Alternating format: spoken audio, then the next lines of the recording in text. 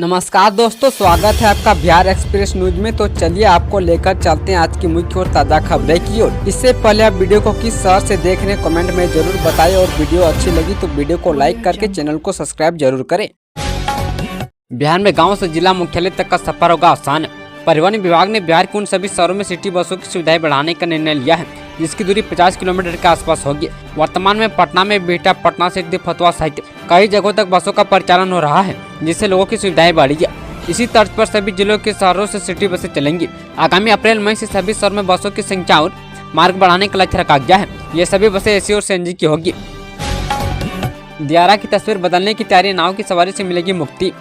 खगड़िया का दियारा इलाका आज भी विकास से दूर है। इसका प्रमुख कारण आगमन की असुविधा है। आज भी बड़ी आबादी के आगमन का साधन नाव ही है। वहीं चौथम दियारा क्षेत्र में बड़ी आबादी निवास करती है। यह आबादी मुख्य रूप से कृषि और पशुपालन पर निर्भर करती है और मक्का मुख्य फसल है, परंतु आगमन की असुविधा के कारण इन्हें मक्का की उचित कीमत नहीं मिल पाती है। इधर दियारा के विकास को लेकर बागमती नदी पर पुल निर्माण का कार्य किया जा रहा है। बिहार में जल्द शुरू होगा एक और एयरपोर्ट, यानी किन लोगों को मिलेगा फायदा। बिहार में पटना, गया और दरभंगा एयरपोर्ट के बाद अब जल्दी अन्य नए हवाई अड्डे की शुरुआत होने वाली है। दरअसल बिहार में गोपालगंज के सबैया एयरपोर्ट, पूर्णिया एयरपोर्ट समेत अन्य शहरों में एयरपोर्ट निर्माण कार्य को लेकर तेजी आई है। वहीं इसी बीच अब बिहार के चंपारण वालों को भी गुड न्यूज मिलने वाली है। दरअसल बिहार के चंपारण जिले में भी जल्दी एयरपोर्ट शुरू करने की राह आसान हो गई है। बिहार के रक्सौल में एयरपोर्ट की शुरुआत करने के लिए काम तेज कर दिया गया है। अलीगंज में 3.38 करोड़ से बनेगा अत्याधुनिक पार्क। सैंडिस कंपाउंड की तरह ही शहर के दक्षिण क्षेत्र में 3.38 करोड़ से अत्याधुनिक पार्क का निर्माण कराया जाएगा। बोडको ने इसके लिए अलीगंज क्षेत्र को चुना है। निविदा की प्रक्रिया मार्च तक पूरी हो जाएगी और अप्रैल से मॉडल पार्क का निर्माण शुरू होने की उम्मीद है। काम पूरा होने के बाद इलाके के लोगों को टहलने, खेलने व व्यायाम करने के लिए बेहतरीन जगह मिल जाएगी। सिवान में बड़ा हादसा, इंटर के छात्राओं से बड़ी बोलेरो में ट्रक ने मारी टक्कर।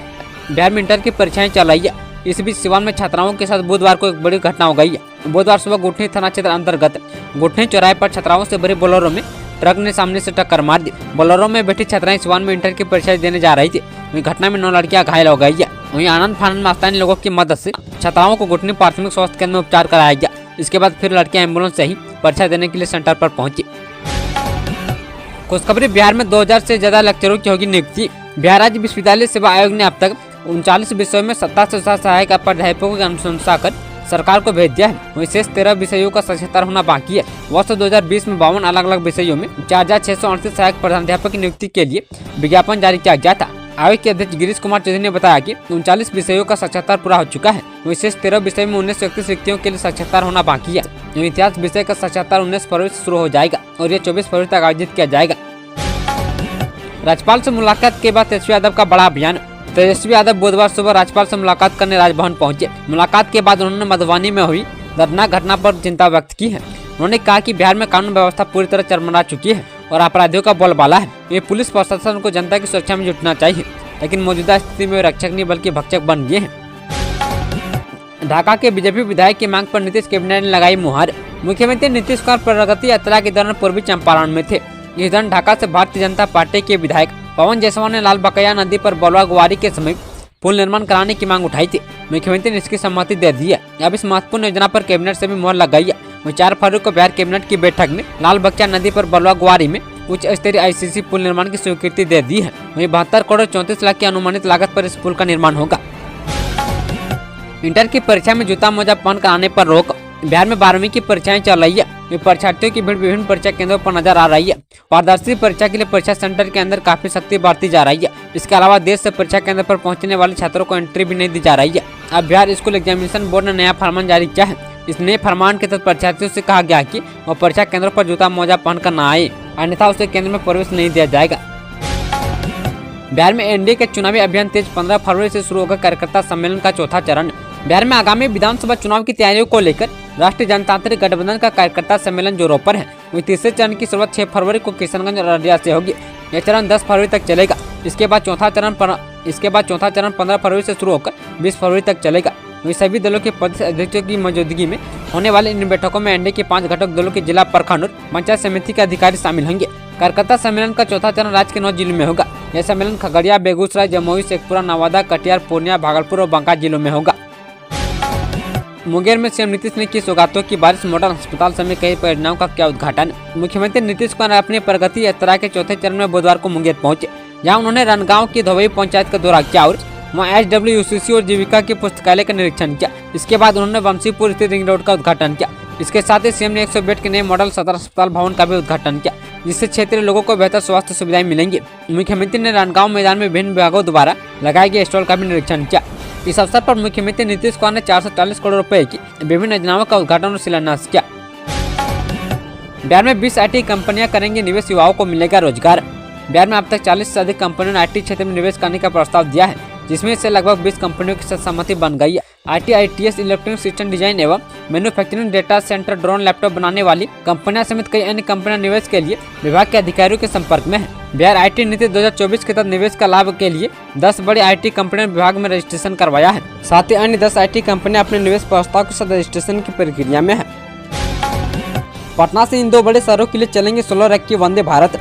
राजधानी पटना से हावड़ा और लखनऊ की भी ट्रेन से यात्रा के शौकीन लोगों के लिए अच्छी खबर है।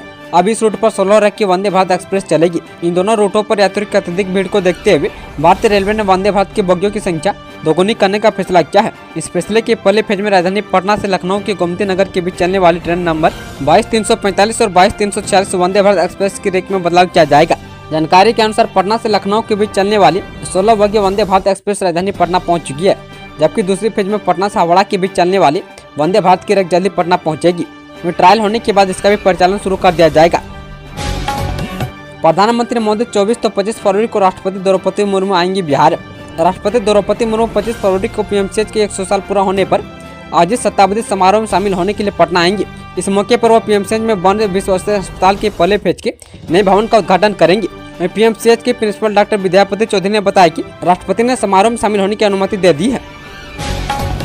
प्रगति यात्रा की 20,000 करोड़ की घोषणाओं को मिली मंजूरी। मुंगेर के लिए प्रस्तावित प्रगति यात्रा पर निकलने से पहले मुख्यमंत्री नीतीश कुमार की अध्यक्षता में कैबिनेट की बैठक हुई, जिसमें 136 प्रस्ताव पर मुहर लगी। जिसमें दूसरे और तीसरे चरण की प्रगति यात्रा के दौरान सीएम नीतीश कुमार ने जो घोषणाएं की थी उनको स्वीकृति दी गई है, जिनका बजट अब 20,000 करोड़ का है। इससे पहले 10 जनवरी को हुई कैबिनेट की बैठक में 55 प्रस्तावों को स्वीकृति दी गई थी। इसमें 21 प्रस्ताव केवल सीएम नीतीश कुमार की प्रगति यात्रा से संबंधित थे, जो करीब 3,000 करोड़ रुपये के थे।